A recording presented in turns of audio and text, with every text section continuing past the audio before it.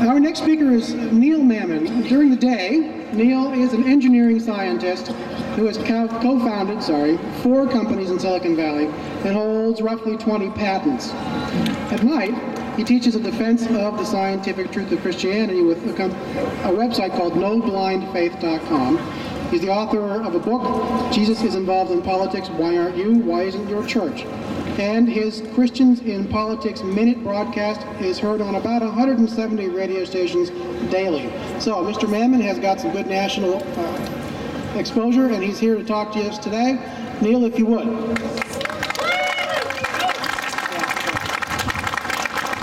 Good afternoon, Tea Party members and Patriots. I am actually quite surprised to find anybody here.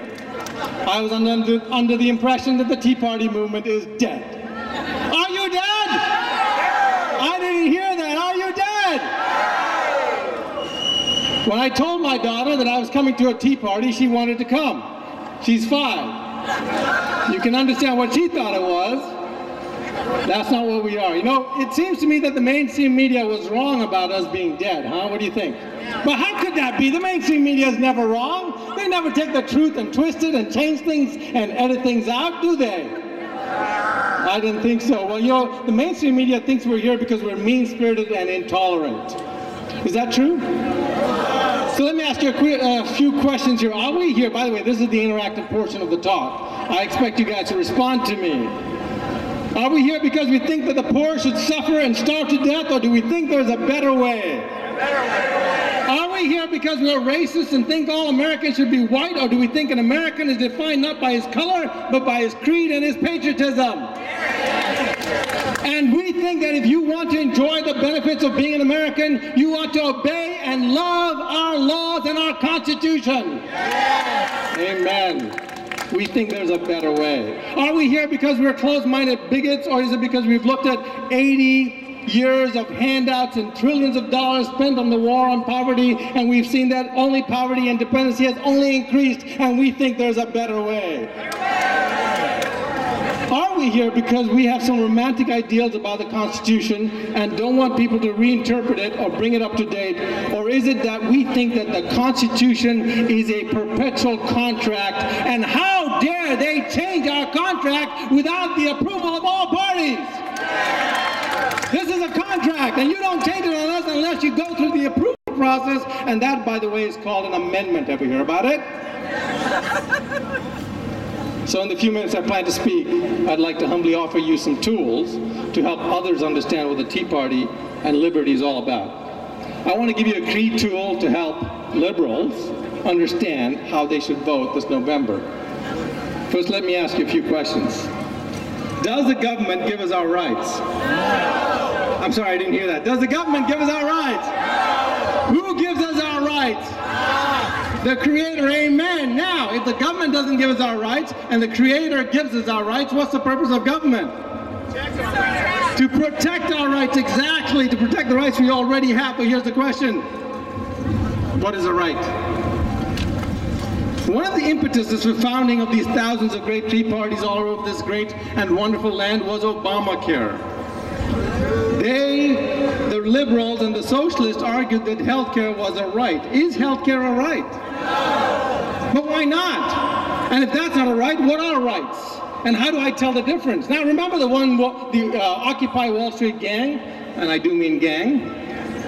On their list of demands, they had a list of rights. It includes the right to a house, the right to a well-paying job, the right to free college education, and the right to healthcare, of course. In fact, people argued that Obamacare would cost too much and not work, and they are right, because the CBO said it was going to cost $500 billion more than they said it would, and it would run a deficit, and it would leave 14 million people uninsured. Now, what's really funny about that is currently, if you take away all the people who could buy insurance and don't, what you're left is 14 million people who can't buy insurance. So it seems kind of ironic, but here's the deal. What if Obamacare did work? What if it didn't cost too much? Would that justify it? No. And I'm here to show you why it does not justify it. It won't justify it because healthcare is not a right. What is healthcare? It's a good. Now don't get confused between rights and goods. Many people confuse rights with goods. It's critical to differentiate the two. Here's an easy way to look at it. A right comes from God, like the right to life, the right to liberty, the right to freedom, the right to freedom of speech, the right to freedom of assembly, justice. These things come from God. But if something depends on somebody else's service, work, or money, it's not a right, it's a good. It's a good. Goods are the product of someone's labor. You see, while you may have the right not to be prevented from an education, you are not entitled to that education. See the difference? Why? Because that education will be dependent on somebody else providing the labor to provide you with that education. Same for food. Somebody had to grow the food, somebody had to harvest it, somebody had to clean it, and as soon as something is the product of somebody else's work, is it a right? It is a what? A good. You always have the right to your own goods. But if somebody takes the product of your labor, your goods, and gives it to somebody else, what is that called? Stealing and slavery, exactly. So if goods are what you're promising to someone, however noble those goods are, like healthcare or a home, eventually you'll have to enslave some men to guarantee those goods to other men. Our founders were not idiots. They knew the difference between the two. You will never see a single good called a right in our Constitution or in the Declaration of Independence. So just so we are clear, rights come from where? And goods are the product of man's what? Okay, let me ask you this. There are some constitutions out there that do give you rights, goods, as though they were rights. What kind of constitutions are they? Communist constitutions, socialist constitutions, and you've seen that they either don't work, they end up in tyranny, or they go bankrupt. Why? Because goods that are granted as rights require some men to be forced to provide those goods to others, and that results in a totalitarian state, or a bankrupt state, or both. In short, confuse goods with rights and you enslave some men all the time, or all men some of the time. And what do you think we have today in America? So what happens when governments start giving you things that aren't rights and calling them rights? Well, they soon start taking real rights away from you. This is not something we can fall asleep on. So if people tell you that you're mean-spirited because you don't want to give health care to the poor, you should tell them that health care is not for the state to give you. Health care and charity should come from the church.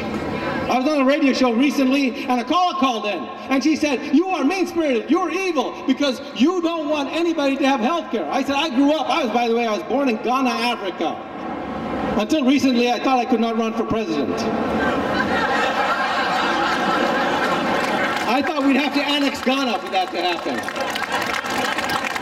But anyway, so I told this lady, I said, well, what are you saying that I'm mean-spirited? I said, the churches can take care of the poor. They can provide health care. She said, you're crazy, this is 2012. I said, what does that got to do with anything? I said, let me ask you a question. Then she said, but look at my hospital. They've got the latest equipment, they've got all this stuff. I said, well, let me ask you a question. What is the name of your hospital? She said, St. Jude's. But that doesn't matter, she said. I said, where do you think it started? Who founded it? I said, I grew up in Africa, and the best hospitals out there were what hospitals? Not the government-run hospitals, but the what? The missionary hospitals. We can do it again. So let me... Oh, by the way, if anyone says what Jesus says the government should feed the poor because Jesus said that, you tell them, well, Jesus also said, go into all the world and preach the gospel. And the day you start telling the government to do that, then I may agree with the government feeding the poor too. So let me dispense with some liberal lies. If someone says to you that you shouldn't force your morality on them, you ask them this. Wait, I have a question. That thing you just said, that you shouldn't force your morality on other people? Yeah, is that your moral value? Then why are you forcing it on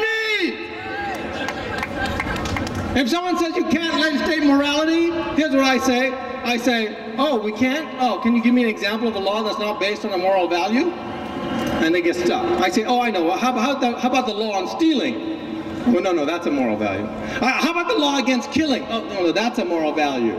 All laws are based on moral values. The question is, whose moral values do you want legislated? Yours, mine, Hitler's, or Mother Teresa's? You know, the Founding Fathers said none of them.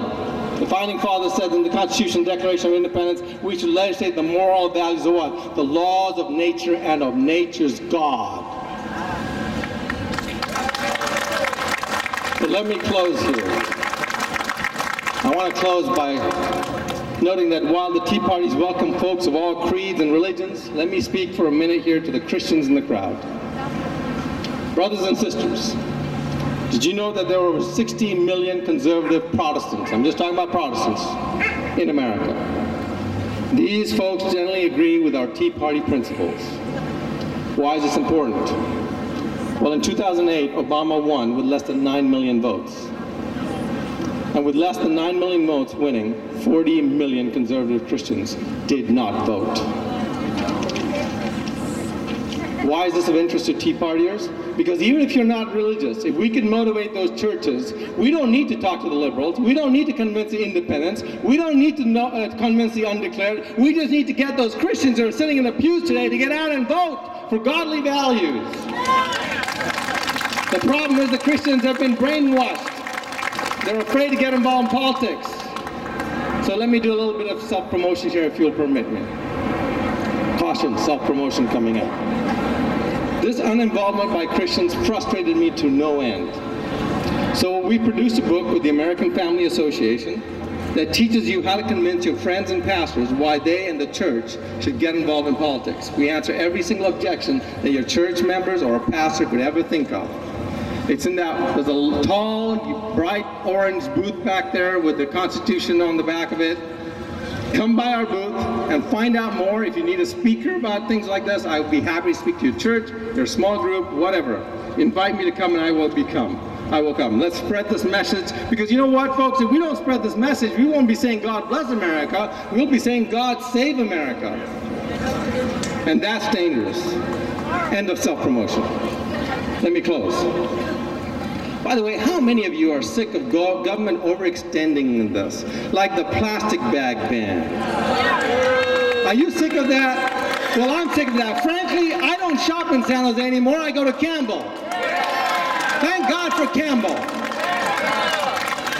Well, if you hate that, come to our booth, because we're taking up email sign-up lists so we can get this on the ballot. So come back to our booth and let's fill it up. Okay? Let me close. On Friday, I learned that Obama has now authorized the Department of Homeland Security to enforce green laws. Who will protect us from the protectors? In 2008, the rallying cry of the socialist and economic justice unionists was hope and change. Back in 2012, back then we came up, the Tea Party came up with the original Tea Party motto, and that is, revolution is brewing. So no more change, Mr. Obama. It's time for that Tea Party revolution again. We must stand. We may be disappointed, but we must not be discouraged. We may be frightened, but we must not fear. We may hesitate, but we must not cease. We may stumble, but we must not fall. We may falter, but we must not fail. In all this, we must persevere. God bless you, and God bless America!